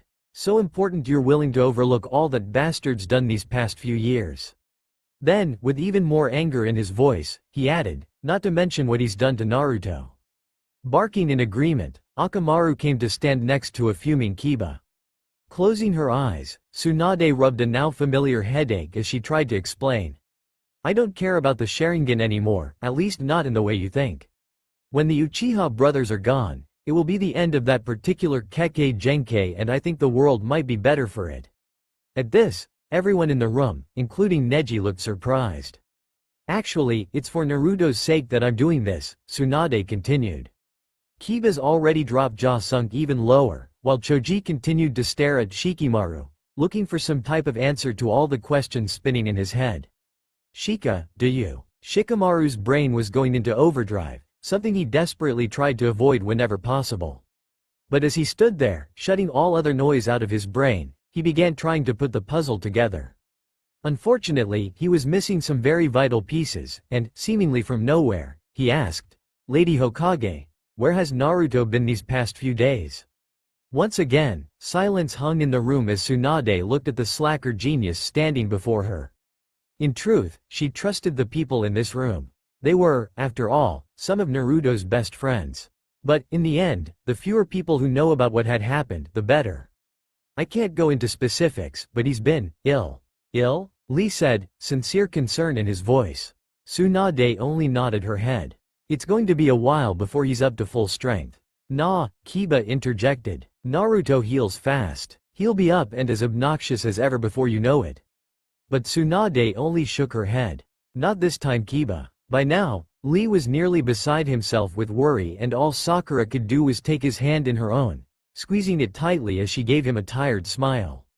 "Don't worry, Lee, he's going to be fine." Spinning around, Kiba stared accusingly at the pink-haired girl. "Spill it, Sakura. What do you know?" "Kiba," Tsunade yelled as her fist made contact with the desk yet again. "What Sakura does or doesn't know is none of your concern, and you are not to ask her about it again. Is that understood?" Hanging his head, Kiba glowered over partly closed lids as he replied, "Yes, Lady Hokage." Tsunade let out a breath while wondering if she should tell them the whole story. As it stood now, she wasn't so sure Neji had been right about everyone playing along. "You say this is for Naruto," Shikamaru said, "but everyone here knows what Sasuke's tried to do in the past." Finally, Neji decided it was time to intervene. "Sasuke will not try and do that again." All eyes turned to the Hyuga and Kiba huffed, "So, you're in on it too?" Pale, white eyes scanned the room, making direct contact with every occupant as Neji asked, "Do you trust me?" Instantly, Lee yelled, "With my life," while the others only stared at each other. Finally, Shikamaru answered for them all, "That goes without saying." "Then trust me now when I say that Sasuke is done intentionally hurting Naruto." A sound, almost like a whine, escaped from Kiba's throat. "But how can you be so sure?" Neji thought for a moment. Like the Hokage, he wasn't sure if he should give too much away. Things were going to be difficult enough over the next few weeks to months without adding Sasuke's feelings into the mix. Finally he settled on something vague but honest. "I believe Uchiha Sasuke has finally acknowledged something. And that's supposed to convince us?" Choji asked. Neji only nodded as he said, "It is an important something. And, you all know how difficult it's been for Naruto. He smiles and laughs, but it's not the same," Sakura said, her eyes sad. "He misses him, deeply." Silence hung in the air as everyone thought about what had just been said. Finally, sighing loudly, Shikamaru reached up a hand behind his head. "Man, this is going to be such a drag." And just like that, the communal decision was made. Slowly, Tsunade saw their eyes change and knew Neji had been right. "So, are we all agreed? None of you will breath a word of opposition." Nodding their heads, everyone in the room agreed. "You realize, he's going to look like a damn hero," Shikamaru said, his voice empty with disdain. Tsunade only stared forward, knowing how badly Sasuke was going to hate that little fact. "We'll just have to deal with it the best way we can, for Naruto's sake." In unison, almost like a prayer sent heavenward, they all said, "For Naruto." Sasanaru Sasanaru Sasanaru Sasanaru Sasanaru Sasanaru Sasanaru Sasanaru Sasanaru Sasanaru Sasu. Finally, sake. Tsunade lifted the cup to her mouth once again, feeling the delightful burn of it all the way down her throat, warmth soon radiating throughout her body. A twitch started in her eyebrow as she felt his presence invading her space yet again. "I know you're there, Kakashi. Ah, always difficult to hide from you. Che, I don't know why you bother," Tsunade said before staring down at her bottle once again. Ghosting into the room, Kakashi came to stand before his Hokage as he asked, "When are you planning on telling him?" "Telling who what?" "Naruto. That Sasuke's staying. And that he's going to be living with him." Tsunade shook her head. "Not yet. He doesn't seem to remember everything that happened, and he's still so weak. And you're not exactly sure how he's going to take the news." "Bingo. Naruto will be okay. I know that," she suddenly snapped. "I know he cares about Sasuke, but that boy's caused him so much pain. Naruto forgave him long ago, Lady Hokage." "Yeah, I know. But forgiveness and trust are two very different things." It was Kakashi's turn to sigh. Sasuke definitely has his work cut out for him. Tsunade was starting to feel the effects of the blessed alcohol as she let out a short laugh. "Damn straight, and I hope Naruto makes him earn every bit of it." Sasanaru Sasanaru Sasanaru Sasanaru Sasanaru Sasanaru Sasanaru Sasanaru Sasanaru Sasanaru Sasu. Just a little further, Naruto thought to himself as he staggered the last few feet to his home. He'd been in that hospital so many times, was it any wonder he knew all the good escape routes by now? He just couldn't stand it anymore. All the fussing and visitors. He was tired of everyone looking at him with pity and concern in their eyes. He, Uzumaki Naruto, wanted none of it. Besides, it wasn't even like they understood what had happened to him. Hell, he didn't really understand it. The past few days were like a broken movie replaying itself inside his head over and over again. He knew there had been a battle and he knew he'd killed some people. Well, that was probably an understatement. Naruto knew he'd killed lots of people. And, although he knew they deserved it, the thought still sent his stomach lurching. All he wanted to do was protect the ones he loved. Why did that always seem to equate to someone dying? Stumbling over a small rock, pain shot through the whole of Naruto's body and he felt a wetness seeping through one of the bandages across his chest. No, he definitely wasn't healing like he usually did. The old hag, Tsunade, had told him it had something to do with the Kyuubi's chakra being so diminished, and when he thought about it, Naruto decided she was probably right. I mean, he could still feel it in there, but even the demon seemed tired. Damn, the demon's at peace, and I can't even enjoy it, Naruto thought as he neared the steps leading to his apartment. Looking up, Naruto stared in dismay at all the flights of stairs he still had to manage in order to get to his apartment. Why did he have to live on the top floor, 3 flights up?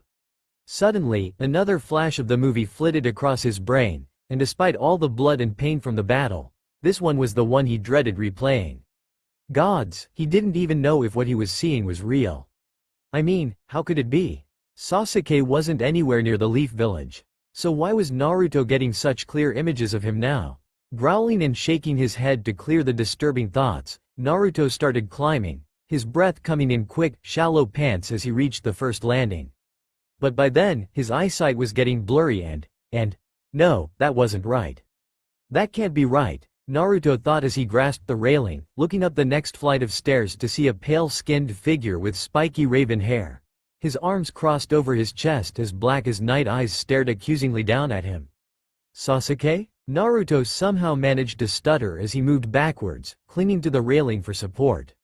Sasuke? Here? Almost blindly, Naruto reached behind his back, feeling for kunai knives which weren't there. And with that realization, a cold certainty gripped Naruto's heart. He was going to die.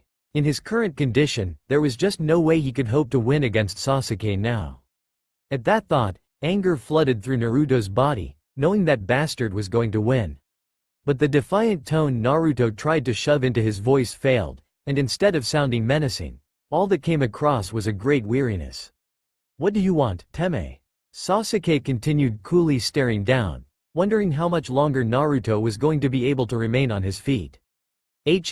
Calm down. If I wanted to kill you, you'd be dead already. Naruto felt his legs getting shakier as he gripped the railing even tighter. That still doesn't answer the Q question.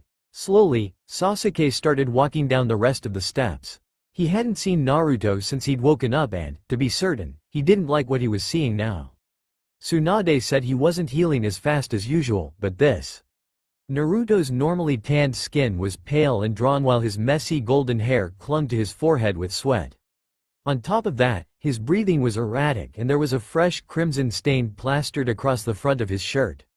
The only thing that looked even remotely like Naruto were his brilliant blue eyes. Hey, Dobi, shouldn't you still be in the hospital? Don't call me a Dobi, Teme, Naruto panted, his vision starting to go dark. I hate that place. And you didn't answer. And that was all he had in him. As his eyelids fluttered and closed, Sasuke sprinted down the remaining steps, catching Naruto before his knees had even started to buckle. Holding Naruto in his arms, Sasuke wondered if he should take him back to the hospital. Chances were pretty good that by now, they were all going crazy looking for him. Hell, Tsunade had probably beaten the place to the ground. But Naruto had said it himself, he hated the place. If he'd gone through all the trouble of busting out and walking all this way, then Sasuke would be damned if he'd take him back. Still, he needed to let them know what was going on. As he continued staring down into Naruto's pale face, Sasuke spoke to the Anbu agent he knew was watching him. Actually, there were 3 of them. It seemed the Hokage's trust only went so far. Tell the Hokage where Naruto is and to send over any supplies she thinks I'll need to take care of him. Without a word, Sasuke felt one of the Anbus leave as he picked Naruto up and carried him into the apartment.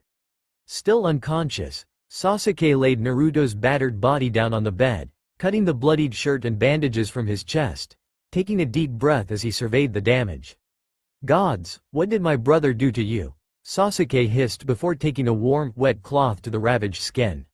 Once the blood was gone, he was relieved to see that the wound was only seeping mildly, not running in rivers. Using the bandages he'd found in Naruto's bathroom, Sasuke rewrapped the wounds and lay his friend back down on the bed, covering his shivering form with blankets. He should have gotten up and left Naruto to his sleep, but somehow Sasuke couldn't make his body move from the bed. As his hand pushed the dampened strands of gold from Naruto's face, Sasuke marveled at how good it felt sitting there.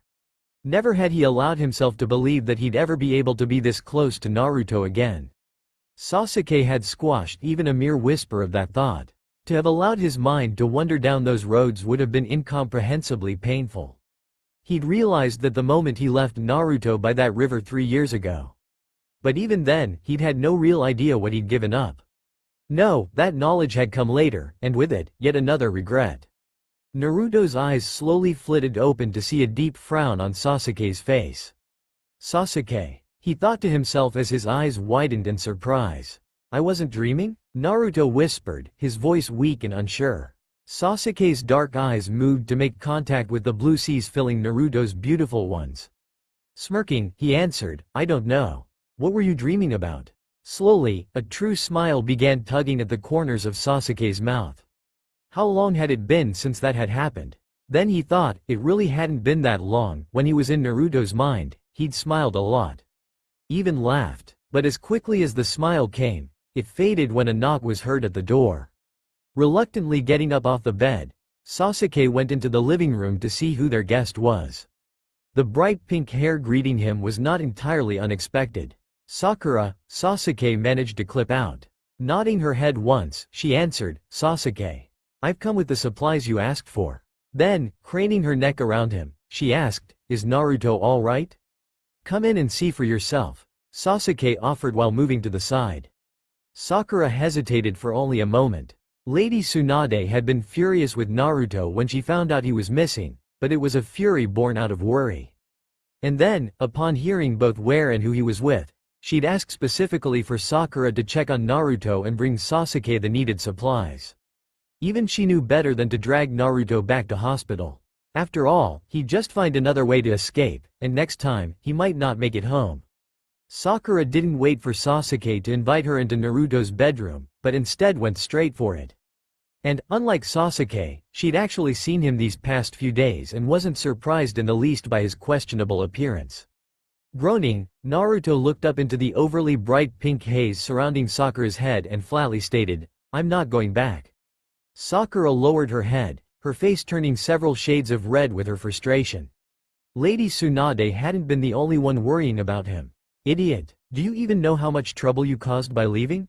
Grabbing the covers Sasuke had wrapped him in, Naruto ducked his head deeper into their folds, as if that would protect him from Sakura's wrath. Stuttering, he started to at least try and apologize. I'm sorry Sakura. Real ly, I am. Oh shut up. You're not sorry at all. That's not true. Blowing out a deep breath, she said, don't worry, I know you didn't do it to be mean. I know how much you hate that place. Now that it looked as if Sakura's anger had been diffused, Naruto began to relax, pulling his head out from under the covers as he tried to smile at his friend. Naruto's smiles had always been infectious. Well, maybe not always, Sakura mused as she found herself grinning despite herself. Oh, for heaven's sake, stop smiling at me like that and sit up so I can take a look at the damage. Soon the smile was gone from Naruto's face, replaced by a grimace as he tried to find the energy to do what she wanted. With a worried frown, Sakura practically shouted, Sasuke. Get over here and help. Sasuke had been silently watching their interaction, all but forgotten. And now, was Sakura actually giving him an order? What, was all he could think to say. Turning slightly on the bed, Sakura put the full weight of her turquoise eyes on Sasuke. You heard me. Naruto can't sit up on his own. I need you to help hold him up while I redo his bandages. I can sew. Pant. Sit up. Oh, stop being such an idiot. It's obvious you can't, Sakura scolded. Sasuke had always known Sakura was bossy, but unlike everyone else in the village, he'd never been on the receiving end. Pushing away from the wall, he moved to the back of the bed, his eyebrows raising slightly at the glower Naruto was shooting him. As gently as he could, Sasuke placed his hands behind Naruto's back, lifting him up and into a sitting position, noting as he did so how little his friend was able to do on his own. "You've already changed these," it was a statement, not a question Sakura directed at Sasuke. "Yes, when did you do that?" Naruto asked, genuinely confused. "After you collapsed on the stairs," came the cool response. "Oh, was there a lot of blood, Sasuke?" Sakura asked. "Yes." Sakura's eyes furrowed as Naruto tried to blow it off. "Oh, come on, it couldn't have been that much. Your shirt was soaked through." "Oh." None too gently, Sakura began removing the bandages, ignoring Naruto's continued complaints about her bedside manner. When she finally got to the wound, Sakura sighed. "You've opened it up again, Naruto. This is never going to heal if you keep doing that." Sorry Sakura," was all he could say. Pushing a few strands of hair out of her face, Sakura took a deep breath, concentrating her chakra into her hands and placing them over the seeping wound, knitting it back together as best she could. When the bleeding had stopped, she ran a hand over the thin skin covering the wound. After this, she covered the whole area in an ointment and re-wrapped his upper torso. Feeling tired, Sakura sighed and placed the leftover supplies back in the bag she'd brought. But no matter how tired she felt, it was nothing compared to Naruto, who was already nodding off in Sasuke's arms. Blinking to clear her head, Sakura stared at the two of them, noting how Sasuke's eyes never left Naruto's face as sleep reclaimed him. You can lay him back down now," she finally said. Looking up, Sasuke only nodded his head while easing out from underneath Naruto's body, covering him once again with the blankets. Sakura glanced from Sasuke to Naruto and then back up again. "Sasuke, can I speak with you in the living room?" Saying nothing, Sasuke merely walked out of the bedroom, leaning his body on the kitchen countertop as he stuffed his hands in his pockets. In front of him, Sakura stood, her eyes staring at him as if he was a strange puzzle she just couldn't figure out. Even so, he much preferred this look to the puppy dog eyes she used to give him. "I guess you figured out Lady Tsunade didn't tell Naruto about you being here." She was waiting for him to regain some of his strength, but I guess he had other plans. Obviously. Reaching her hands behind her back, Sakura rocked on her heels. "So, you're really going to do it? You're going to stay and live with him?" A cold stare was her only answer and Sakura decided to change the topic back to something safe. "Naruto should have the bandages changed at least once a day." Sasuke nodded. "And, of course, he needs to stay in bed. I know that's going to be near to impossible." "No, it won't." "Okay, that's good. Is there anything else?" Sakura looked at the ground, and then at the door before glaring up at him. There was something she had to get off her chest. If she didn't, inner Sakura was never going to stop screaming. "Just this. I trust Lady Tsunade and if she says this is the right thing, then so be it. But if you hurt him..." By now, Sakura's whole body was shaking. "I know I'm not as strong as you, but by all that is holy, I will find a way to make you pay if you hurt him again." Then, blowing out a deep breath, she began walking towards the door, throwing over her shoulder as she left, "If you need anything, let me know." And then she closed the door, leaving a frowning Uchiha in her wake, worrying just how close Naruto and Sakura had gotten in his absence. Sasanaru Sasanaru Sasanaru Sasanaru Sasanaru Sasanaru Sasanaru Sasanaru Sasanaru Sasanaru Sasu. Sasuke slept on the floor near Naruto's bed, intently listening to the sound of his breathing, waiting for any sign of waking. But it was mid-morning before Naruto's bright blue eyes opened again. With lightning speed, Sasuke was instantly standing over Naruto, staring down with a passively blank expression. Naruto stared up into Sasuke's seemingly empty eyes and still couldn't believe he was there. Surely, at some point, this would have to have all been a dream. Inwardly, 1,001 questions went crashing through his brain, but he was too scared to ask them. If he did, what would happen? Would Sasuke leave? For once in his life, Naruto chose silence, and in the end, all he could do was stare into blackness. The flood of questions and accusations never came, and finally Sasuke was forced to break the silence by saying a simple word, "Hungry?" Instantly Naruto's stomach roared to life with an angry growl. "Yeah, I guess so. Lay there, I'll go fix something," Sasuke said as he left the room, leaving a very confused Naruto flat on his back in bed. Earlier, Tsunade had sent over some supplies besides the medical ones Sakura had left. Included inside was a whole host of foods which Sasuke was sure Naruto would hate. After all, it wasn't ramen, but something healthy and entirely foreign to the Dobi's stomach. Just as he placed the rice and fish to cook, Sasuke heard footsteps on the stairs outside. Two men, one of which he knew all too well. Moving to the door before they had a chance to knock, Sasuke's timing was perfect as Iruka was just raising his hand to knock. "Ah, Sasuke." Staring into the gentle eyes of his childhood sensei, Sasuke couldn't help but see the discomfort lurking deep in their depths. But the man behind Iruka showed no such concern. Instead, his one eye was squeezed shut with the smile he was hiding. "Morning, Sasuke," Kakashi said with more cheer than Sasuke thought the occasion warranted. Was their only response as Sasuke turned his back on the two men, going back to the sizzling fish on the stove. It had been over 3 years since Iruka had seen the young Uchiha, and, although time had been good to his physical needs, it had not been so giving to his soul. Looking over his shoulder for guidance, the only response Iruka got from Kakashi was a disinterested shrug.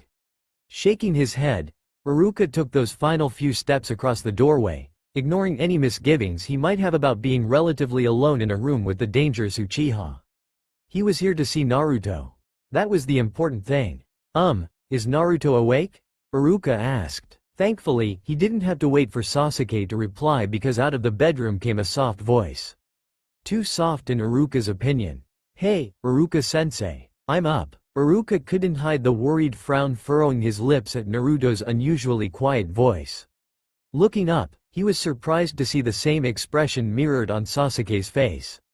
Maybe, just maybe, Iruka thought before replacing his frown with the fatherly smile Naruto had come to treasure so much. Without another word, he walked into Naruto's bedroom, closing the door behind him and leaving Sasuke alone in the kitchen with Kakashi. Turning back to the stove, Sasuke did his best to ignore his former teacher. Unfortunately for him, Kakashi had other plans. "So, how's it going?" Silence. "That well?" More silence. "I see you still remember how to cook." Even more silence. "Do you really think he's going to eat that?" A vein in Sasuke's temple started pulsing as he stirred the rice a little more forcefully than needed. "I think you should at least add some ramen to it, otherwise." Sasuke finally snapped. "Is there a point in there somewhere?" Kakashi shrugged his shoulders as he replied, just making conversation and offering a little advice.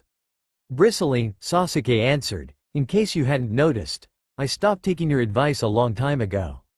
Kakashi's body went still, not a white hair on his head breaking rank as he glared at Sasuke's back.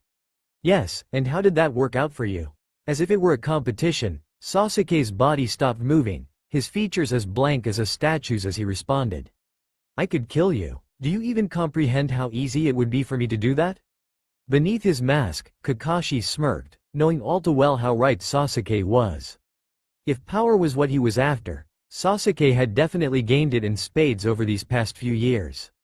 But the price? Pushing himself off the couch he'd been leaning against, Kakashi came up and slapped Sasuke on the back, shocking the young man out of his anger.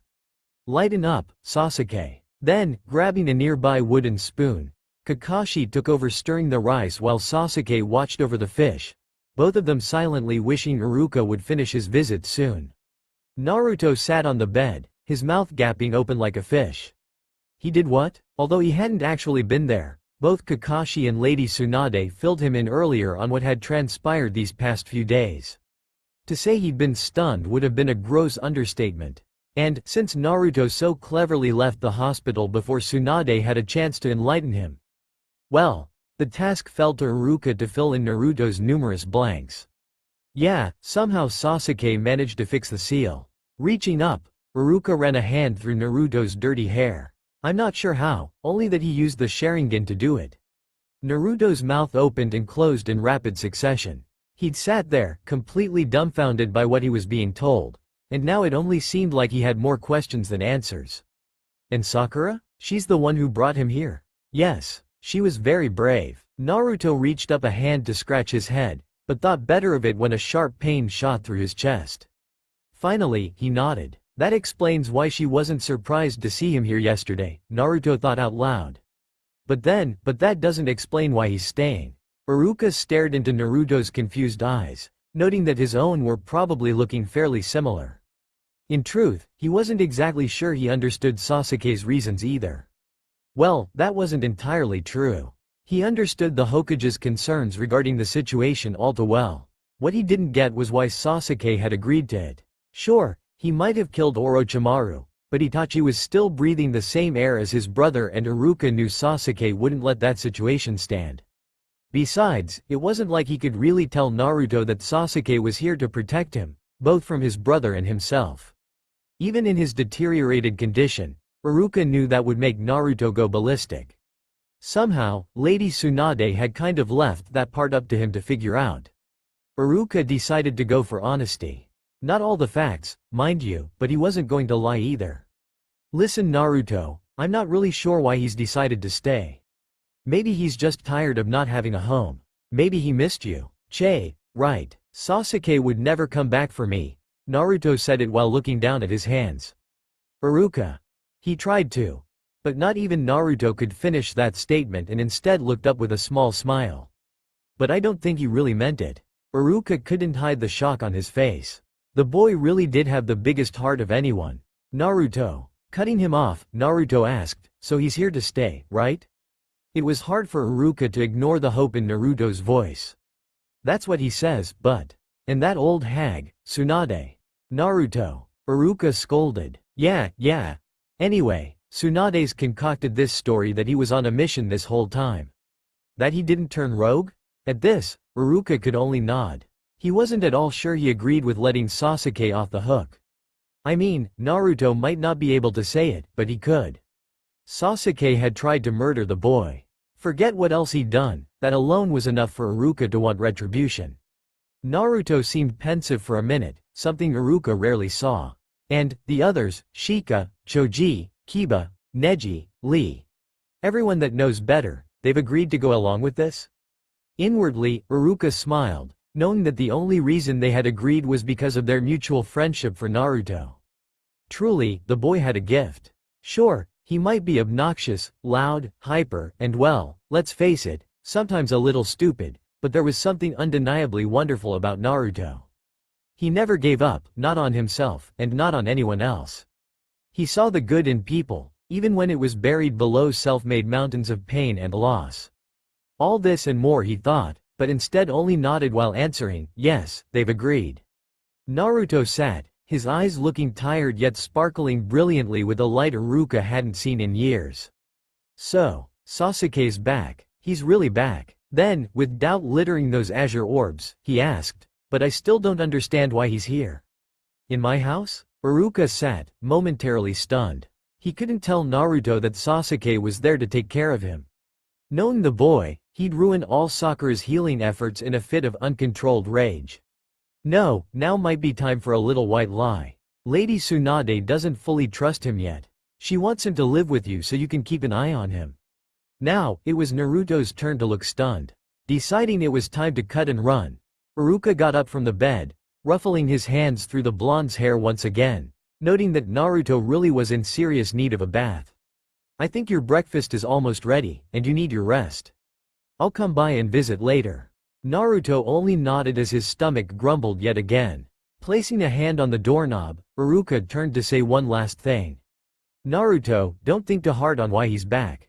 Be careful, but also be his friend. And with that, he walked out of the door and into the kitchen, grabbing Kakashi as he went. Thanks for letting us visit, Sasuke. If you need anything, don't hesitate to ask.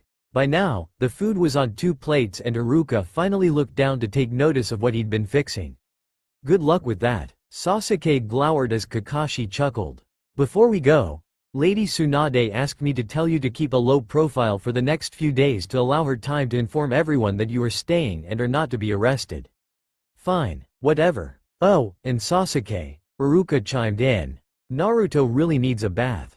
Turning to leave, both Kakashi and Iruka noticed the unusual crimson creeping up Sasuke's neck, covering his ivory skin in a soft glow. Sasanaru Sasanaru Sasanaru Sasanaru Sasanaru Sasanaru Sasanaru Sasanaru Sasanaru Sasanaru Sasu. Sasuke stood there, staring at the 2 plates of steaming food while willing his body back into its normal state of calm. I can do this. I will not let these feelings control me. With his skin flawlessly pale once again, Sasuke went back into Naruto's room, noting the thoughtful look on his face as he set the plate on his lap. Don't hurt yourself, Dobi. Naruto looked up, too confused to be bothered by the name calling. What are you talking about? I'm not even moving. Sasuke suppressed the urge to roll his eyes as he answered, your brain, idiot. You looked like you were thinking too hard. Slowly, color began seeping back into Naruto's sallow cheeks, but before his fury could ignite, Sasuke sat down in a nearby chair, looking pointedly at the plate he'd set on his friend's lap.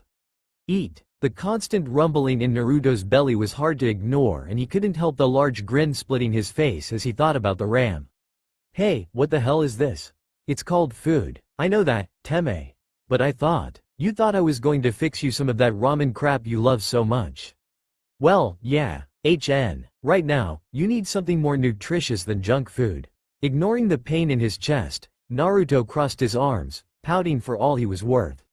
Naruto, eat. Inwardly, Naruto cringed at the cold heartlessness in Sasuke's voice, but all the same, he picked up one of his chopsticks and started poking at the meat. Picking up a piece, he eyed it suspiciously as he carelessly said, it's probably poiso. Truly, it was a joke. Never had it really crossed Naruto's mind that Sasuke might have actually poisoned his food. But the words were already floating through the air and there was nothing he could do to take them back. Slowly, very slowly, Naruto sheepishly looked up, only to find Sasuke bending over him, his eyes shooting daggers into Naruto as he leaned those extra few inches forward, biting down on the lone piece of fish captured between the two edges of chopsticks. Keeping as still as possible, Naruto stared, eyes wide while Sasuke swallowed the bite he'd taken and calmly walked back to his chair to sit and eat the rest of his meal. Swallowing hard, Naruto glanced down at the remaining meat and stuffed it in his mouth. Soon the savory juices were streaming down his throat. Hey, this is actually pretty good. Then shut up and eat it. Naruto opened his mouth to say something else, but somehow he didn't think the glare he'd earn in return was worth it. Besides, he was really hungry and wound up devouring every last grain of rice on his plate. And now that his belly was full, Naruto's eyes became heavy and he leaned on the wall behind him, waiting for Sasuke to finish. You're such a slow eater. Are you still hungry? You can have the rest of mine if you want. Cracking open an eyelid, Naruto thought about the question and decided that he was actually full. No, I'm good. Seriously, I'm done if you want it. What are you talking about? You've barely eaten half. No wonder you're so pale and skinny. I am not skinny. Naruto opened his other eyelid, critically looking over Sasuke's body, unknowingly making the Uchiha mentally squirm. I'm not so sure, was all he said before closing his eyes again. Inside, Sasuke thought his heart might just leap out of his chest. To have Naruto stare at him like that. Thank the gods he'd closed his eyes again, or else he might have seen how uncomfortable. Wait, he was falling asleep again. Hey, Naruto, you can't go to sleep. Huh? Why not? My body feels like lead. Sasuke stood up and stared pointedly at Naruto as he spoke.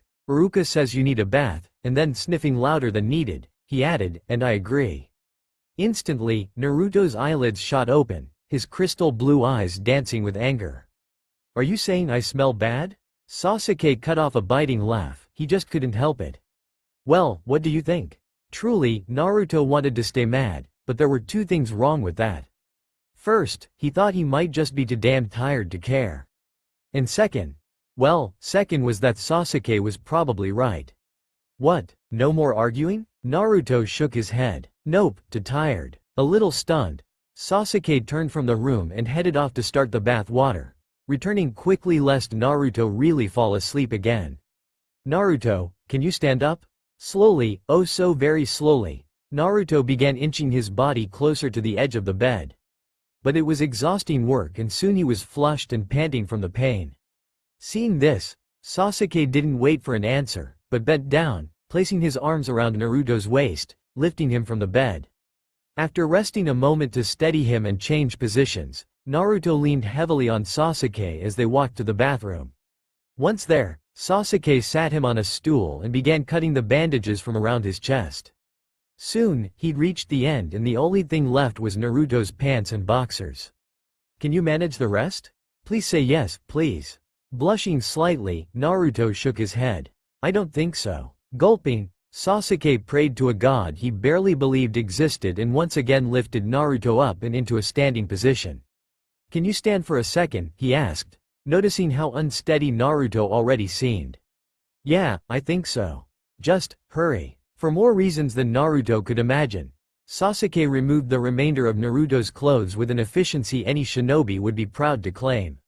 But if Sasuke had been afraid a naked Naruto would arouse him to much, then he'd been dead wrong. Although he already knew what Naruto's upper body looked like, he'd had no idea the injuries extended lower. Nothing on Naruto's lower half even remotely looked like his normal tanned skin. Instead, there were healing gashes flowing over purplish-green tinted hues. Not an inch of his body had been spared. "Naru," the word choked off in his throat. "Sasuke, I think I need to sit down now." Instantly, Sasuke grabbed Naruto under his arms and walked him to the tub, easing him down into the warm waters as Naruto gave an appreciative sigh. "Thanks, Sasuke." Those two simple words filtered through Sasuke like a sweet song. "No problem, Dobi. I hate that name." "I know." Sasuke continued to stare down from above until Naruto finally tilted his head back, giving him the full brunt of those azure eyes. Could you hand me the soap?" Dumbly, Sasuke reached across the tub, sliding the piece of soap into Naruto's hand as he hastily made an excuse to leave. "I'll go get fresh clothes and bandages." Naruto nodded while starting the arduous task of cleaning his body, somehow managing to do a fair job, despite the agony of it. But just like earlier in the day, when he went to raise his hands to his head, the pain was too great and black spots began peppering his vision once again. After taking what Sasuke thought was enough time to gather the bandages and give Naruto time to bathe, he began making his way back to the dreaded bathroom, walking through the door just in time to see the excruciating wince Naruto gave when he tried to raise his hands to wash his hair. More concerned than anything else, Sasuke quietly set down the supplies as he stated, "Don't try that again. I'll be back in a minute." Without another word, Sasuke headed off to the kitchen, searching the cabinets for a pitcher of some kind, finally finding one in the very last cabinet to be searched. With pitcher in hand, he walked back to the bathroom, sitting down on his knees behind the tub and Naruto's head. Reaching over Naruto's exposed shoulders, Sasuke dipped the pitcher in the water, bringing it up 3/4 full while saying, "Lean your head back." Catching on quickly, Naruto did as commanded, squinting his eyes closed as the warm water ran over his hair and down his back.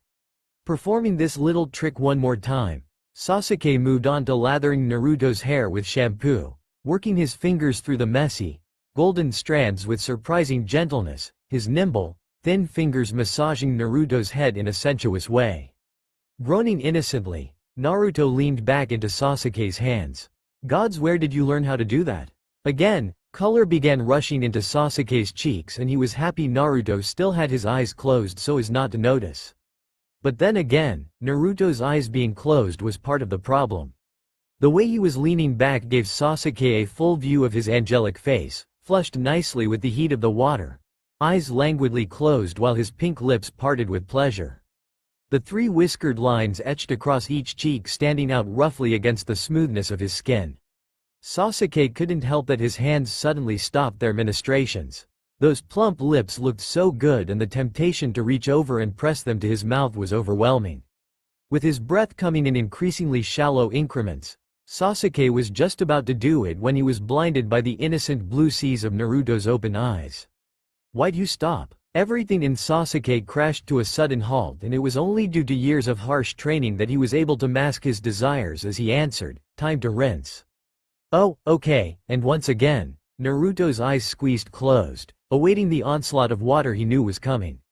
Rinsing Naruto's hair with due haste, Sasuke breathed a sigh of relief that, bath time, was over. "Time to get out of the tub. We still need to bandage you before you fall asleep." Sighing deeply, Naruto didn't complain when Sasuke reached under his arms and hoisted him up, but he did sway more than he'd like to admit and lifting each leg over the side of the tub was positively grueling. He couldn't even find the strength to complain when Sasuke got a towel and started patting him dry, even though each tap sent unintentional spikes of painful fire running up and down his skin. Soon enough, Naruto was being directed to step into his boxers and then a clean set of black pants. Sitting him back down on the stool, Sasuke kneeled in front of Naruto, Spreading the ointment Sakura had brought over the healing wounds while Naruto kept his exhausted and shaky hands on Sasuke's shoulders as his torso was encircled with fresh bandages. "Now, it's back to bed with you," Sasuke stated before starting to lift Naruto up yet again. But this time Naruto's quaking limbs wouldn't hold him and Sasuke went down on his knees hard, holding his panting friend tightly in his arms. Sorry, Sasuke. It's okay," he said, absent-mindedly running a hand through Naruto's wet hair. "Sorry, I'm so weak." Something in Sasuke's heart tore in half and he swore under his breath. "You're not weak, Naruto."